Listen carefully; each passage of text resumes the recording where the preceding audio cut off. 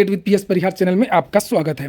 आइए शुरू करते हैं और देख लेते हैं कि आज के समाचार पत्रों में विद्यार्थी जीवन से संबंधित कौन कौन सी सूचना है। तो वीडियो को जल्दी से लाइक कर दें, शेयर कर दें और जिन छात्रों ने चैनल को अभी भी सब्सक्राइब न किया हो तो जल्दी से सब्सक्राइब कर लें ताकि आप लोगों को इसी प्रकार की ऑथेंटिक अपडेट सबसे पहले मिलती रहे। आज के समाचार पत्रों में जो सबसे पहली खबर है वो है यूपी SSSC की भर्ती लेखपाल की। 99 मुन्ना भाई पकड़े गए, 2 साल भर गैंग का राजफास, लेखपाल समेत 14 गिरफ्तार। लखनऊ STF ने सोमवार को उत्तर प्रदेश अधीनस्थ सेवा चयन आयोग की परीक्षा में सेंधमारी करने वाले 2 गिरोह का राजफास कर 4 जिलों से 14 आरोपियों को गिरफ्तार किया।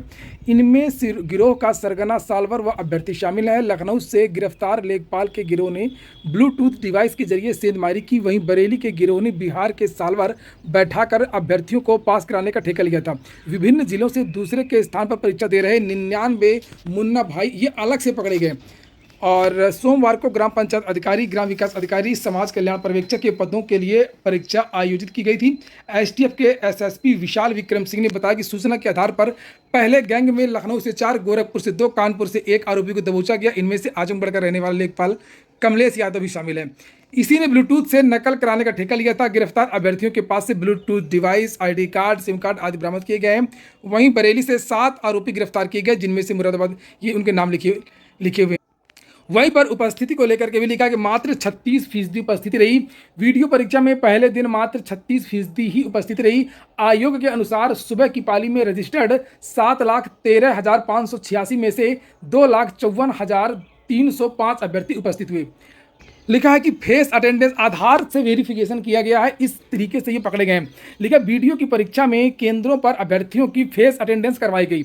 इसके माध्यम से दूसरे के स्थान पर परीक्षा देने आए 99 फर्जी अभ्यर्थी पकड़े गए। इनमें बस्ती, गोंडा, अयोध्या, झांसी के 1-1, मुरादाबाद, प्रयागराज, आजमगढ़ के 2-2, मिर्जापुर, बरेली, आगरा के 4-4, गोरखपुर, बांदा के 5-5, मेरठ, गौतम बुद्ध नगर से 3-3 और वाराणसी के 9, अलीगढ़ से 11, लखनऊ से 13 और कानपुर नगर, गाजियाबाद से 14 फर्जी अभ्यर्थी शामिल है। इन्हें पुलिस के हवाले कर दिया गया है। लिखा कि इनमें से कुछ की गिरफ्तारी भी देर रात तक हो गई है। आयोग के अध्यक्ष प्रवीर कुमार ने बताया कि गड़बड़ी करने वालों पर विधिक कार्रवाई की जाएगी। और यही यूपी SSSC की जो कल परीक्षा हुई है इसके बारे में और भी बहुत सारे समाचार पत्रों में जानकारियां दी गई हैं। और कोई भी साल भर पकड़ा जाए किसी भी भर्ती का, लेकिन बिहार का साल भर अगर नहीं होगा तो भर्ती पूरी नहीं होती है। चाहे वो यूपी हो, चाहे वो कई अन्य राज्य हो, हर जगह आपको बिहार के सस्ते साल भर मिल जाएंगे। और इस भर्ती में भी आप देखेंगे तो यहाँ पर भी बिहार के बहुत सारे जो साल भर हैं वो पकड़े गए हैं। लिखा है कि ऑडियो के चक्कर में दौड़ी पुलिस। दोपहर में परीक्षा में नकल और साल भर बैठाने का एक ऑडियो इंटरनेट मीडिया पर आया तो पुलिस को सक्रिय किया गया। सिविल लाइंस थाने की पुलिस ने ट्रैफिक चौराहे के पास जाकर के छानबीन की, लेकिन कोई पकड़ में नहीं आया। इस परीक्षा में नकल पर्चा आउट कराने से लेकर के मुन्ना भाई को पकड़ने के लिए आयोग ने एक एजेंसी की मदद ली थी। इसी एजेंसी ने हर अभ्यर्थी की फेस रेटिना को स्कैन किया था, जिसका मिलान परीक्षा के दौरान किया गया। और इसी एजेंसी ने CCTV कैमरे की व्यवस्था से लेकर के डिवाइस आदि पर भी नजर रखी थी। वहीं पर पेपर के पैटर्न को लेकर के मैंने कल 2 वीडियो बनाए थे, जिसमें विद्यार्थियों का कहना था कि कोई खास अंतर नहीं था। जिस प्रकार का पिछली बार का पेपर था उसी तरीके का इस बार का भी वीडियो का पेपर था। अगली सूचना PCS की है। लिखा है कि PCS 2023 प्री का रिजल्ट जारी कर दिया गया है। पदों की संख्या 173 से बढ़कर के 254 हो गई है। और यहाँ पर लिखा कि उत्तर प्रदेश लोक सेवा आयोग ने सोमवार को सम्मिलित राज्य प्रवर अधीनस्थ सेवा प्रारंभिक परीक्षा 2023 का परिणाम जारी कर दिया। इसमें रिक्त 254 पदों के सापेक्ष 15 गुना यानी 4,047 अभ्यर्थियों को सफल घोषित किया गया है। तो 3 मार्च को इस भर्ती का विज्ञापन जारी हुआ था। 173 पदों पर विज्ञापन जारी हुआ था और ये लक्ष्य है कि इस भर्ती को 9 महीने के अंदर कंप्लीट कर लिया जाए। वहीं पर हम लोग कट ऑफ की अगर बात करें तो यूपी SSSC ने कट ऑफ घोषित किया नहीं है और निश्चित तरीके से ये नहीं कहा जा सकता है कि एक निश्चित कट ऑफ कितनी गई है, क्योंकि कुछ प्रश्नों में बदलाव हुआ है। किन प्रश्नों में बदलाव किया गया ये भी नहीं बताया गया है।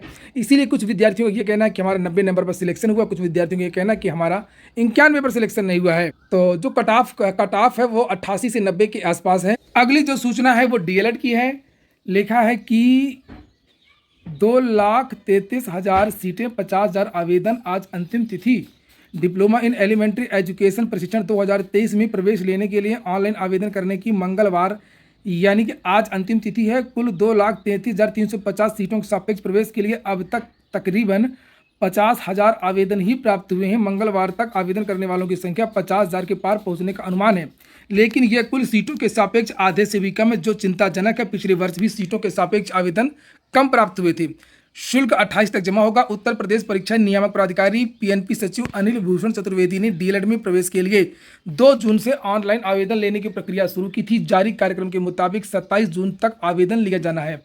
तो डीएलएड में बहुत सारे जो कॉलेज हैं उनकी वैसे भी मान्यता उन्होंने वापस कर दी है, और उन्होंने कोर्स पहले भी बंद कर दिया, क्योंकि डीएलएड में जो सीटें थीं वो लगभग 2,42,000 सीटें थीं, और 10,000 सीटें पहले ही कम हो गई थीं। और ऐसी उम्मीद है कि अब ये बहुत सारे जो विद्यालय हैं उनमें ताला लगना तय है, चूँकि कोई इंटरेस्ट ही नहीं है, उत्तर प्रदेश में कोई शिक्षक भर्ती आनी नहीं है, आ ही नहीं रही है, विद्यार्थियों का मोह भंग हो रहा है, और यही कारण है कि 2,33,000 के सापेक्ष 50,000 ही आवेदन आए हैं। लिखा है कि इस तरह आवेदन करने के लिए मंगलवार यानी आज अंतिम दिन है। उम्मीद है कि देर से आवेदन करने की सोच के चलते अंतिम दिन अधिक आवेदन होंगे।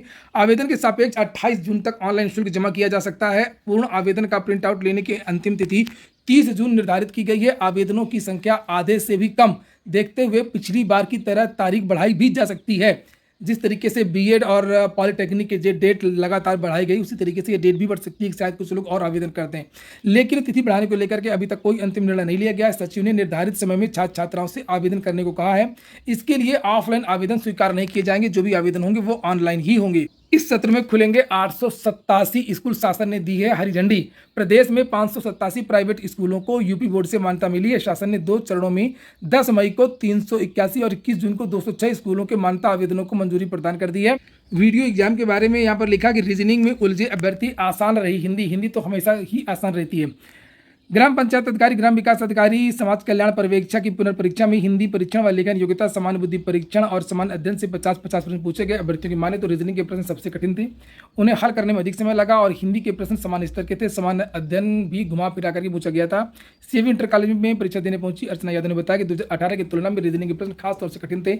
रवि प्रताप सिंह और संजीत मौर्य के अनुसार रीजनिंग के प्रश्न लंबे और उलझाने वाले थे। यूपी बोर्ड की कंपार्टमेंट परीक्षा टल गई है। अब ये परीक्षा 22 जुलाई को पहले ये परीक्षा 15 जुलाई को होनी थी। इस बार यूपी SSSC ने हाईटेक व्यवस्था की थी सालभरों को पकड़ने के लिए, उसी से ये सारे सालभर पकड़े गए। जिन विद्यार्थियों का रेटिना जो मैच नहीं कर रहा था, जिन्होंने पिछली बार परीक्षा दिया था बीटीओ भर्ती में, और इस बार मान लो सालभर गया था देने के लिए, तो जब मिसमैच हुआ तो ऊपर से लखनऊ से मैसेज आ जा रहा था। ये देखिए लिखा है केपी गर्ल्स इंटर कॉलेज में दूसरी पाली में इस परीक्षार्थी का जब बायोमेट्रिक अटेंडेंस लिया गया तो ये देखिए लखनऊ से मैसेज आ गया। स्टैटिक मजिस्ट्रेट के तौर पर तैनात चकबंदी अधिकारी विजय कुमार यहाँ पहुँच गए और उन्होंने कक्ष निरीक्षकों जमील अहमद और प्रेम लता के साथ उससे पूछताछ की संदेह बढ़ने पर प्रिंसिपल अमिता सक्सेना को बुला लिया गया। तो बहुत सारे जो मैसेज हैं वो कंप्यूटर सर्विलांस की वजह से लखनऊ से आ रहे थे, और जिस वजह से ये पकड़े गए। और बायोमेट्रिक उपस्थित के लिए एक अलग से एजेंसी हायर कर रखी थी यूपी SSSC ने। 16,614 शिक्षकों के अंतर जनपदीय तबादले हो गए हैं, उसको लेकर के भी यहाँ सूचना है। परिषदीय प्राथमिक एवं उच्च प्राथमिक स्कूलों में 16,614 शिक्षकों का अंतर जनपदीय तबादला हुआ है। लाभ पाने वालों में से 12,267 शिक्षक हैं और 4,347 शिक्षक हैं। तो ठीक है दोस्तों, ये हो गया आज का वीडियो आपको अच्छा लगा हो, आपके काम का हो तो लाइक कर दें। जिन छात्रों ने चैनल को सब्सक्राइब ना किया सब्सक्राइब कर लें। पूरा वीडियो सुनने के लिए बहुत बहुत धन्यवाद।